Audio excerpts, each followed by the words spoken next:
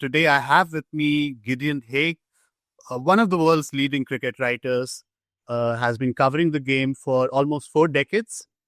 Uh, uh, and his latest book, Indian Summers, is now out in India from Westland. It's an account of over a century of the greatest rivalry, arguably, in modern cricket, India-Australia. Although I suppose English fans will have something to say about that. But just to start things off, Gideon, you know, the Ashes obviously have this great psychological hold on the cricket fans of both nations. And there's all this history and there's this ritual before the start of every Ashes series. Michael Vaughan questioning Australian techniques, Glenn McGrath predicting 5-0 for Aussies.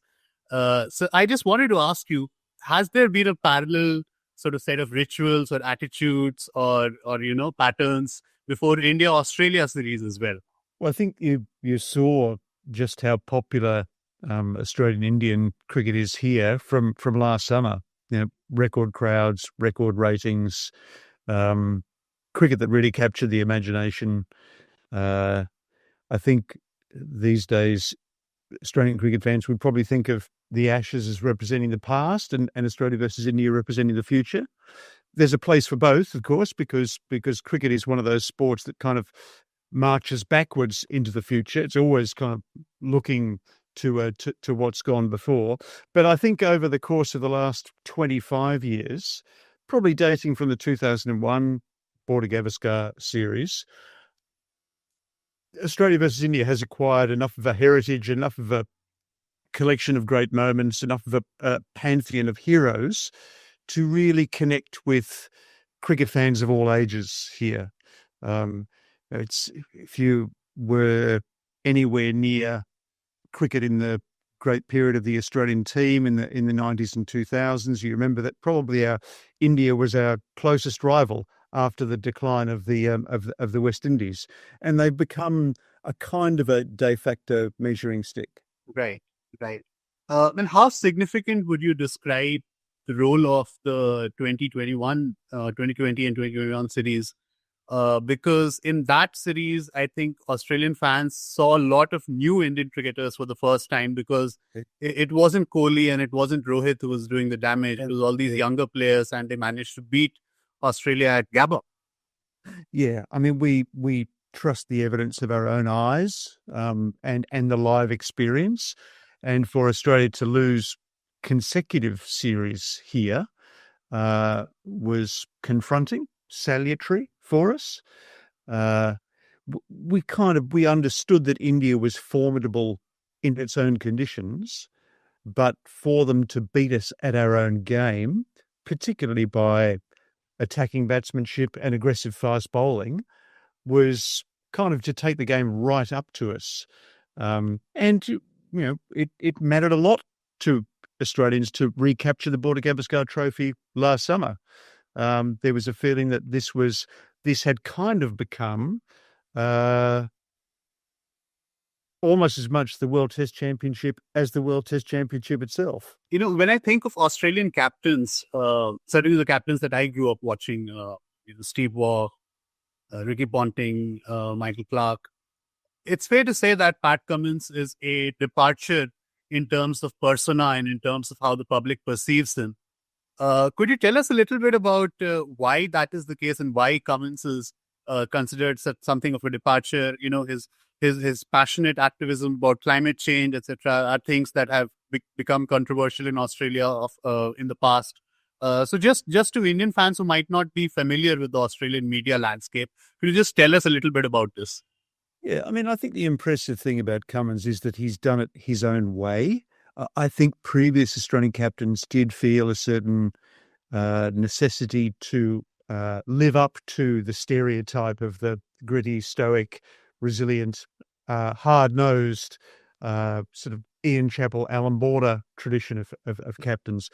Cummins was smart enough to realise that wasn't in his nature. I mean, he's tough. He's very resilient. I mean, he's dynamic and he's very, very Australian in lots of ways. but he grasped that if he was going to succeed for long enough, the idea of assuming an alternative guise or living up to other people's expectations was not going to be sustainable.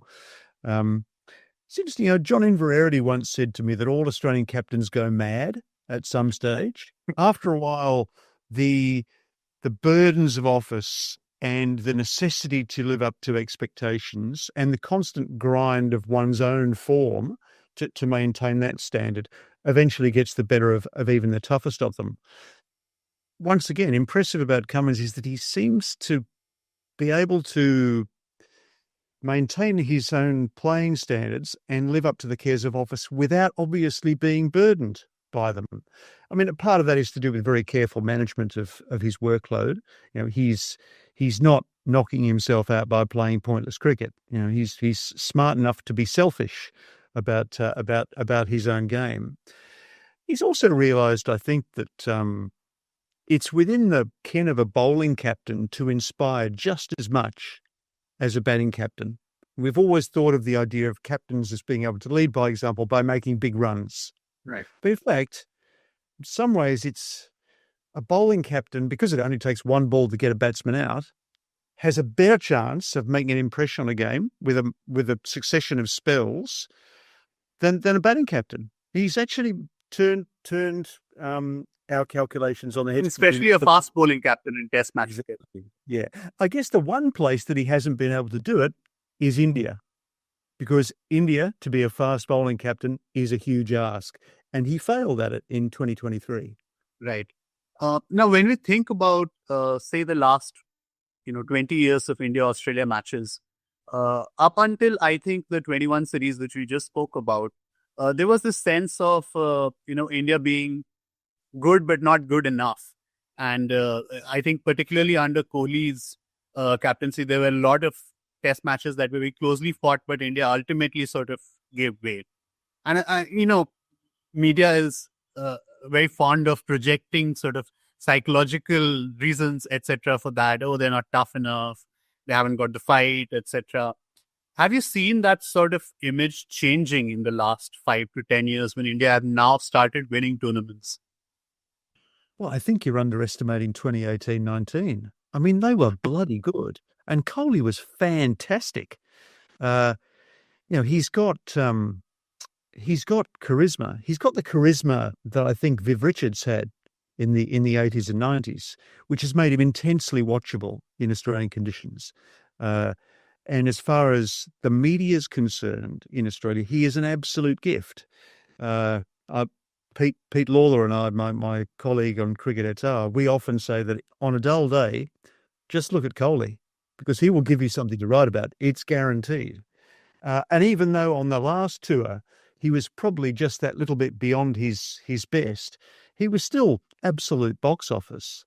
A great player in decline is almost a fascinating study in its own right.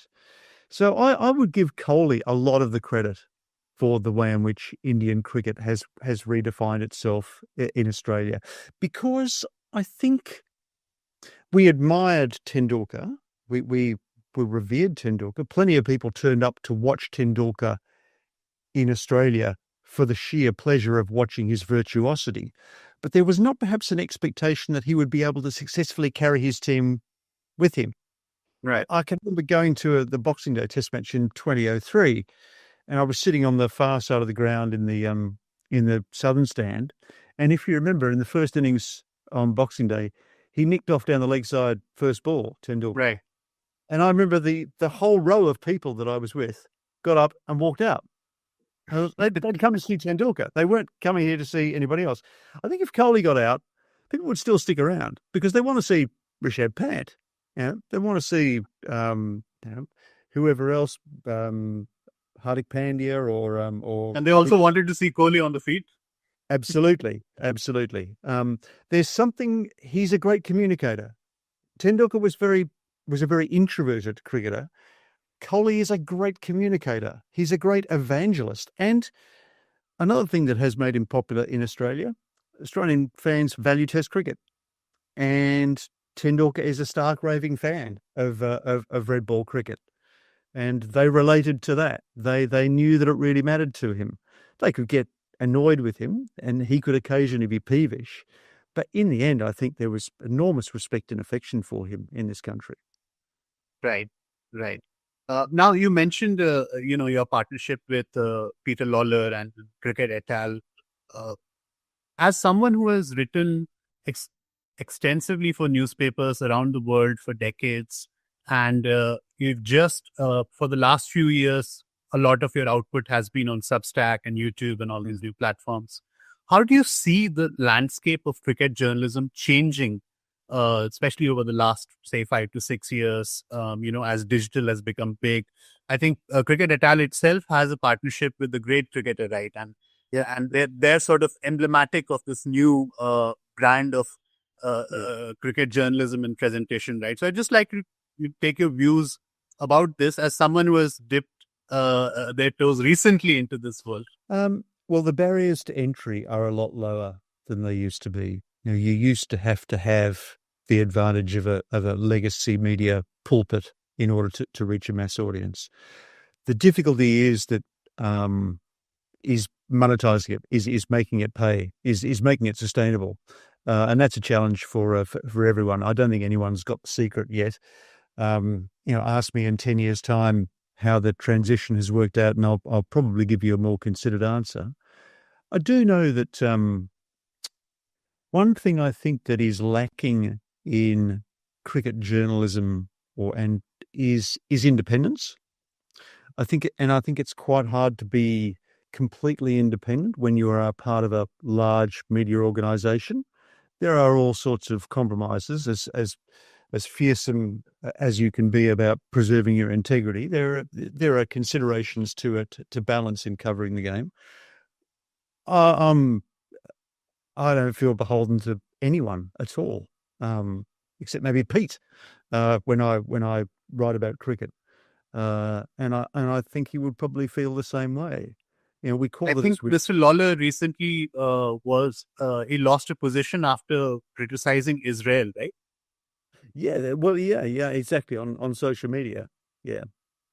When you are, since you haven't been, since you were, officially a part of so many newspapers in the past, and now you have this independent thing going, how difficult or how easy was it to make that sort of transition when, suddenly you're your own CEO?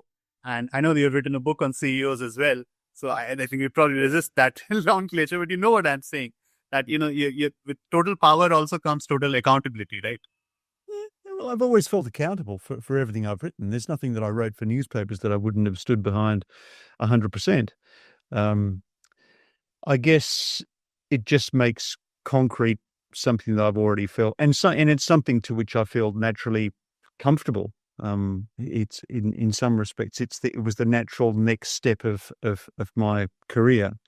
I mean, in some respects, I'd not been a staff journalist anywhere since the mid-90s. I'd actually only ever been a sort of a freelance contributor to newspapers in all that time. So I was sort of straddling the fence.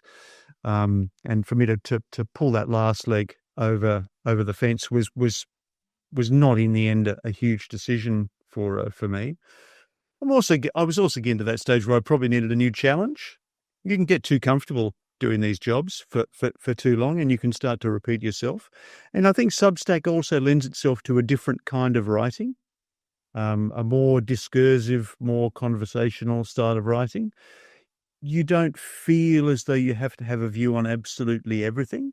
You don't feel as though your day-to-day is dictated by the news cycle in quite the same way as it is in a newspaper. If your rival on another newspaper is writing on a certain subject, you kind of feel as though you've got to have a crack at it yourself. Actually, the first ever thing that I read by you was not cricket related at all. I think I might be getting the name slightly wrong, but I think it was an essay called How Google is Making Us Stupid. Oh, God, yeah, right. Yeah. Yeah. Yeah, I think that was sometime in the mid 2000s. Do you remember that one? I do. I mean, I didn't start off as a cricket journalist. I started off as a business journalist. and I've covered lots and lots of things. I've written several true crime books. I've written books of cultural history. I've written books of investigative journalism, corporate journalism. I've written corporate histories. Uh, I I consider myself to be a journalist who writes about cricket, not a cricket journalist. Um, There was one book recently where these two worlds collided, right? An Edwardian cricket murder. yeah, yeah.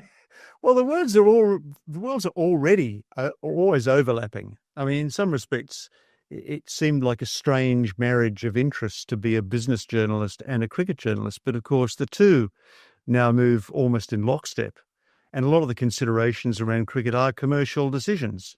So with my background, I do feel as though, in some respects, it comes naturally to me to analyse them. Which actually brings us nicely to our next question. And before I do that, I'm going to read a few lines from the chapter in this book, which covers the World Cup final in 2023. And here you're writing that a realist could well argue that India won this World Cup anyway. They will rake off almost 4 in every $10 the tournament generated.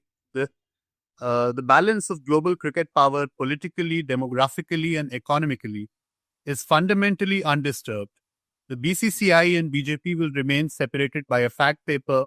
The international game will continue as an elite racket. I found this a lot of fun to read.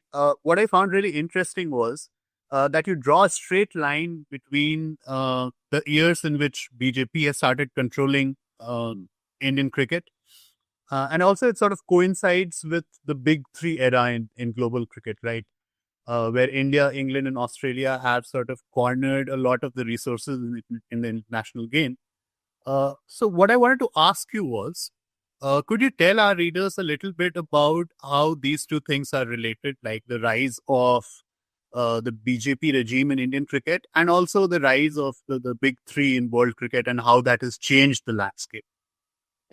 Well, it probably doesn't make all that much sense to talk about a big three anymore. It's a big one and a medium sized two, and the rest are just making up the numbers. I mean, that's pretty obvious. And of course, with great prestige, which is attached to Indian cricket, comes all sorts of political nuances. Politicians gravitate towards popularity. They understand popularity and the levers of public opinion very well. Proximity to cricket serves them. Proximity to money serves them. In some ways, it would be unnatural were the BJP not to be interested in proximity to cricket. If they disdained it, if they kept an obvious cordon sanitaire between. But we've seen politicians being top administrators in other countries as well. I mean, right now, even as we speak, Pakistan's interior minister is also the head, etc. What I wanted to ask you is, what makes this regime and its hold over cricket different from all those other situations? What makes it unique and / or egregious? Well, I think it's let's concentrate on Jay Shah, shall we? I mean, it takes a pretty exotic sense of humor to entertain the idea that Jay Shah is the best equipped and most capable man in the world to run international cricket. I mean, his qualifications are that he's the son of the Indian Home Minister, and that's it. He's got no particular vision. He's got no particular skills. He's not a particularly charismatic man. He doesn't have a huge track record. He's only there for one reason, which is the political clout of the BJP. Now, that's not necessarily an argument against India. That's not an anti-Indian argument. I suspect that probably the best equipped people in the world to run cricket are somewhere in India. But Jay Shah is not that man. So I find it absolutely amazing that people just sort of don't comment on that all the time. We can't have it reinforced enough. Probably speaks to that journalistic independence you were talking about earlier. Easy. I guess it's easy for me to say from my vantage point. Much more difficult for someone in India to do so. So yeah, there's that. There's that. I mean, look, you're absolutely right in the sense that there has always been, a nexus of power in India where cricket and politics have met, and sometimes it's been useful for cricket to have that kind of political influence. It can move roadblocks in a country like India, which is pretty good at creating roadblocks. Like ahead of the 1996 World Cup, Mike Marquesi described precisely such situations. Yeah, exactly. But that, of course, that means that cricket's interests are perennially at risk of being secondary to politics interests. Right, right. Now, just looking towards the future a little bit, we've seen talks of the Saudi government getting into cricket investment in a big way. And we know that the Ambanis have had previous business relations with them. So we're all sort of heading towards a sort of perfect storm of maybe like a Kerry Packer 2.0 like situation in international cricket. Would you say that's an overblown fear at this point of time, or would you say it's realistic? No, I don't think that's an overblown point of view at all. I think that's the trajectory of probably the inevitable trajectory of cricket, which is more private capital. And I suspect that the biggest source of private capital looking for a home at the moment is petrodollars in the Middle East. They've already shown that they covet sport in games that are almost as popular as cricket. It is interesting that they would be coming into a market which already has a dominant force, a hegemon in India. But I suspect that means that they will simply go into partnership with India, which would be a very, very powerful partnership and very, very difficult to undo. And so far, nobody has managed to convince the BCCI to let Indian creators play in other leagues, but maybe the proposed Dubai thing will maybe see Indian cricketers playing overseas for the first time. That would be interesting, actually. I mean, that would also be a way to remedy some of the inequalities in world cricket. If the BCCI were interested in, it's interesting. Why do you say that? That it would maybe remedy the inequalities? Because Indian players bring commercial and broadcasting dollars with them wherever they play. If you had, I don't know, KL Rahul out here this summer or Jasper Bumrah playing in the BBL, immediately confers on the BBL by an order of magnitude a greater significance. If you wanted them to, God knows, if you wanted them to play in the CPL, you could probably revolutionize West Indian cricket or the SA20 or anything like that. That would potentially, be hugely advantageous for world cricket, but it would mean Indian cricket sharing some of its resources with the rest of the world, and in some ways, it's in India's interest to keep the rest of the world on a drip feed. Right. I think what you're talking about is like India's reluctance to sort of increase the size of the pie, so to speak. Yeah. And I think if any sport has to take it to the next level, because I think cricket is, popular among maybe a third of the known world right now. Yeah. And it can do so much more, right? Yeah. No, exactly.